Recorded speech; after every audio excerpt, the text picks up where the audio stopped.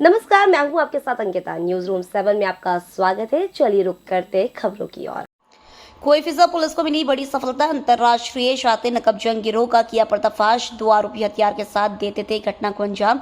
दोनों आरोपियों के पास से 50 लाख रुपए का कीमती मशरूका किया जब्त, जिसमें 34 लाख रुपए के सोने चांदी की ज्वेलरी, चोरी के रुपयों में खरीदा गया ऑटो, संपत्ति के दस्तावेज के साथ 2 देसी कट्टे, 7 जिंदा कारतूस के अलावा अन्य उपकरण पुलिस ने जब्त किए हैं।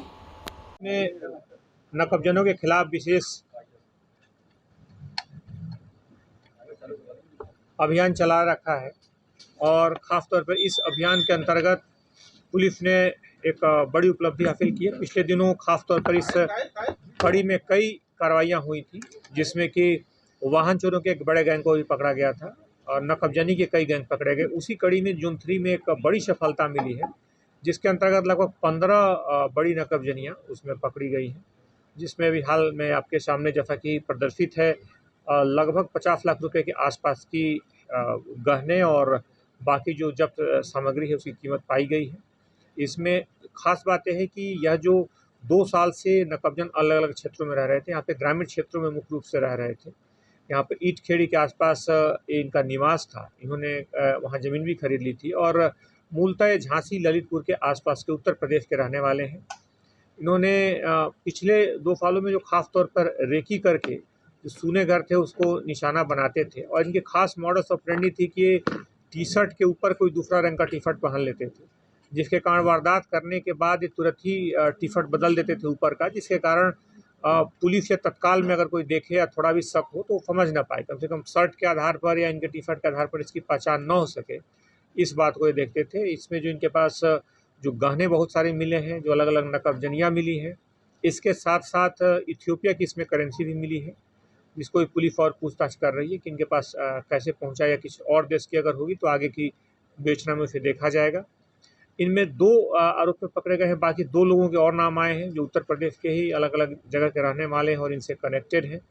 इस पूरी टीम ने खास तौर पे इसमें मुख्य तौर पे कोईफिजा के 8 मामले हैं, इसमें जहांगीराबाद के 2 मामले हैं, इसमें पिपलानी के और बाकी भी अलग अलग अगर देखेंगे गौतम नगर और शाहजहानाबाद और श्यामला हिल्स के 3 मामले हैं इसमें। तो इन मामलों के आधार पर पुलिस ने लिया है इनको और रिमांड को लेकर के सख्ती से पूछताछ की जाएगी। कुछ और हो सकता है नकबजनियाँ इसमें और निकलें। इस पूरी टीम को 30,000 रुपये के पुरस्कार से पुरस्कृत भी किया गया है। ख़ास तौर पे ये पूरा जो DCP जोन 3 के इसमें जो पूरी कार्रवाई हुई, इसमें एडिशनल DCP शालिनी, ACP निहित उपाध्याय और जिन जवानों ने खास तौर पे काम किया उनका मैं उल्लेख करना चाहूँगा। इसमें थाना प्रभारी विजेंद्र मर्सकोले, आर्दियाना भगत, रमेश शर्मा, संजीव धाकड़, BS पवार, शोभाराम, संतोष चौधरी, महमूद अली, ASI चिन्ना, विनोद सिसोदिया, लालचंद, रवीश रावत, विष्णु प्रताप सिंह, संतोष यादव, शिव प्रसाद, प्रदीप पांडे, संतोष कुमार, रवि चौबे, रविंद्र सिंह, विजय बहादुर, आरक्षक प्रवीण, संजय साहू, अनिकेत, संजय मौर्य, लक्ष्मी नारायण, अलीशान खान, शैलेंद्र सिंह चंदेल, गजराज सिंह, किरण पटेल और महिला आरक्षक सोनम पटेल, इन लोगों ने काफ़ी अच्छी भूमिका निभाई। इन सभी लोगों को इसमें पुरस्कृत किया जाएगा और इनसे और रिमांड को लेकर के पूरे आरोपियों से और पूछताछ की जाएगी। अभी इसमें जो पकड़े गए हैं सामग्री जब्त हुई है, फिर इनकी CCTV फुटेज से इनकी पहचान सुनिश्चित की गई है। जहाँ जहाँ इन्होंने बोला चूँकि घटनाएं अलग अलग जगहों की थी, पूरे शहर के और आसपास के, हो सकता है कुछ दूसरे आसपास के क्षेत्रों के भी निकले, तो उसके आधार पर पुलिस ने वहाँ के CCTV फुटेज निकाले हैं और उनसे उनकी पहचान भी सुनिश्चित की गई है। जैसे ये बाहर के हैं तो इनको इन एरियो के बारे में कितनी जानकारी है? जैसा कि दो पहले से रह रहे हैं, 2 साल पहले से तो इन्होंने घर बना लिया था और 8 के पास से लगातार रह रहे हैं। ये रहने वाले झांसी ललितपुर के हैं, इनके जो रिश्तेदार हैं वो भी लगातार आना जाना है, तो इसलिए ये सब परिचित है।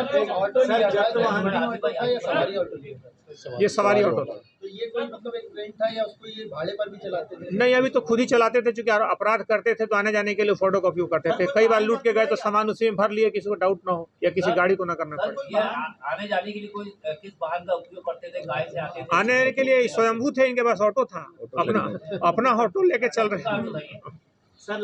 फिलहाल इस बुलेटिन में इतना ही। आप बने रहिए न्यूज रूम 7 के साथ। नमस्कार।